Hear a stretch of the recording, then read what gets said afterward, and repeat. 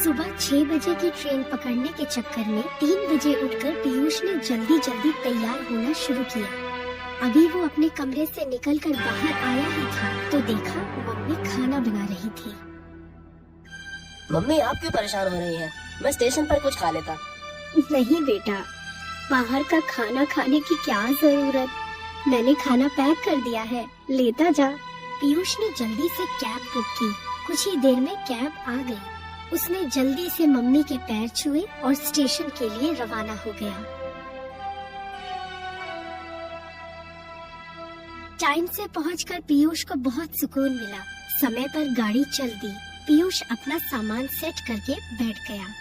धीरे धीरे गाड़ी में बैठे लोग एक दूसरे से बातें करने लगे। पीयूष को भूख लगी तो अचार के साथ पराठे निकालकर खाने लगा। मम्मी के हाथ के पराठे खाकर और चाय पीकर तो मजा आ गया। उसके बाद वो बाहर के नज़ारे देखने लगा। पीयूष बहुत खुश था। वो जा रहा था अपनी बहन को लेने। तभी पापा का फोन आ गया। बेटा अच्छे से बैठ गया ना ट्रेन में? कोई परेशानी तो नहीं हुई? हाँ पापा चिंता मत करो, सब ठीक है। शाम होते होते ट्रेन लेट हो गई। उसे स्टेशन पर रात को 10 बजे पहुंचना था, लेकिन ट्रेन 4 घंटे लेट चल रही थी। पीयूष को चिंता होने लगी। अगर ट्रेन रात 2 बजे पहुंचेगी, क्या उस छोटे से स्टेशन पर रुकना सही रहेगा? इसी चिंता में बैठा था कि मम्मी का फोन आ गया। बेटा, तेरे पापा बता रहे थे कि ट्रेन 4 घंटे लेट है। मम्मी चिंता मत करो, 2-3 घंटे की बात पड़ेगी। स्टेशन पर वेटिंग रूम तो होता ही है, वहाँ रुक जाऊंगा। फिर सुबह 6 बजे तो सवारी मिल ही जाएगी गांव के लिए। रात को 2 बजे पीयूष को ट्रेन ने एक छोटे से स्टेशन पर उतार दिया। ठंड से उसकी हालत खराब हो रही थी। पूरे स्टेशन पर कोई भी नहीं था। ये देखकर वो और डर गया। वो स्टेशन पर चलते चलते स्टेशन मास्टर के ऑफिस के सामने पहुंच गया। सर मुझे मुंगेर जाना है, यहाँ कोई सवारी मिल जाएगी क्या? अरे छोरे तू कहाँ उतर गया इस स्टेशन पर? यहाँ कोई सवारी नहीं मिलेगी, सुबह ही टांगे वाला आएगा। सर यहाँ वेटिंग रूम तो होगा ना? यहाँ कोई वेटिंग रूम नहीं है, छोटा सा तो स्टेशन है। अच्छा तो सर क्या मैं यहाँ एक कोने में रुक सकता हूँ? नहीं, हम यहाँ किसी को रुका नहीं सकते ऐसे। एक काम कर, स्टेशन के पीछे एक चाय वाले की दुकान है, वहाँ एक लड़का काम करता है। नाम तो उसका पता नहीं, सब उसे छोटू ही बुलाते हैं। उसे जगा ले, वहीं रुक जाना, वो तुझे चाय भी पिला देगा। देख लड़के, इधर उधर मत घूमियो, यहाँ रात में लुटेरे घूमते हैं, किसी को भी मार कर उसका सामान लूट लेते हैं। पीयूष की अंदर तक रूह कांप गई। वो जल्दी से उस चाय की दुकान में पहुंच गया। वहां पहुंचकर उसने जोर से आवाज लगाई। कौन हो साहब, क्या चाहिए? कोई बात नहीं है, ये चाय की दुकान कौन चलाता है? अपने मालिक को बुलाओ जरा। मालिक तो सुबह ही आएंगे और कोई नहीं है यहाँ। अच्छा मुझे यहाँ पर कुछ देर रुकना था, सुबह तक चला जाऊंगा। ठीक है साहब, अंदर सामान रख दीजिए, चाहे तो वहीं सो लीजिएगा। तू यहाँ नौकरी करता है? हाँ साहब, चाय पियेंगे क्या? हाँ बना ले। सुन अपने लिए भी बना लियो, पैसे मैं दे दूंगा। थोड़ी देर में वो भी अंदर आ गया। चाय देकर वो एक कोने में बैठकर पीने लगा। तुझे यहाँ अकेले डर नहीं लगता? नहीं साहब, यही मेरा ठिकाना है, मैं बचपन से यहीं रहता हूँ। लेकिन मैंने सुना है यहाँ पर लुटेरे घूमते रहते हैं। हाँ साहब, जब कोई नहीं मिलता तो यहीं आकर मुझे परेशान करते हैं चाय पीने के लिए।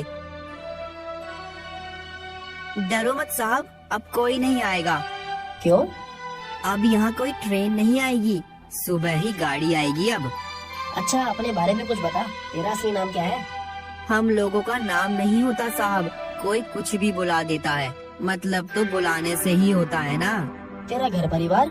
कोई नहीं साहब, अब तो जो कुछ है यही है। कितने पैसे हुए? रहने दो साहब। नहीं तू रख ले, अपने मालिक को मत बताइयो। साहब मैंने आज तक 1 रुपए की बेईमानी नहीं की, वैसे भी मैं पैसे का क्या करूँगा। तुझे ऐसा नहीं लगता कि यहाँ से कहीं चले जाना चाहिए? नहीं साहब, मेरी तो यही दुकान है, मालिक बहुत अच्छे हैं, कभी मुझे डांटते भी नहीं, और अगर कोई ग्राहक उल्टा सीधा बोलता है ना तो उसे भगा देते हैं। तुझे नहीं लगता कि पढ़ना चाहिए, स्कूल जाना चाहिए? साहब, हम जैसे लोग इन्हीं जगहों पर पड़े रहते हैं, यही बड़े होते हैं, फिर यही मर जाते हैं। पीयूष सोच में पड़ गया कि कितना कुछ है उसके पास, माँ बाप, बहन, रहने को घर, मोबाइल, पढ़ने के लिए बढ़िया स्कूल था, अब कॉलेज है, पॉकेट मनी भी अच्छी मिल जाती है, जहाँ चाहे घूमने चले जाते हैं। फिर भी कितनी शिकायतें हैं अपने परिवार से उसे। इसका क्या, जिसका परिवार ही नहीं है, फिर भी कितना संतोष है इसके चेहरे पर। न पैसे का लालच, न कुछ पाने की इच्छा, न कुछ खोने का डर भी। पीयूष ने देखा कि छोटू वही कोने में एक फटे कंबल को ओढ़कर सो गया। पीयूष को लगा जैसे उसने उसके आराम के पलों को भी उससे छीन लिया। छोटू बेखबर सो रहा था। पीयूष की आंखों से आंसू बह रहे थे। जिंदगी से कल तक कितनी शिकायतें थी, कितनी बार पापा से झगड़ा करता था, बाइक के लिए, कभी दोस्तों के साथ घूमने के लिए, कभी आईफोन के लिए। क्या कभी सोचा कि मम्मी पापा ये सब कहाँ से लाएंगे? इसी सोच विचार में पीयूष की आंख लग गई। साहब, दिन निकल आया है, आपको सवारी मिल जाएगी। अगर मालिक आ गए तो गुस्सा करेंगे। पीयूष बाहर निकला तो देखा छोटू दुकान की सफाई कर रहा था। उसने छोटू को कुछ पैसे देने चाहे, लेकिन उसने मना कर दिया। साहब, अगर मालिक ने ये पैसे देख लिए तो इतने सालों से जो विश्वास वो करते आए हैं ना, वो टूट जाएगा। फिर मुझे रात को यहाँ रुकने नहीं देंगे।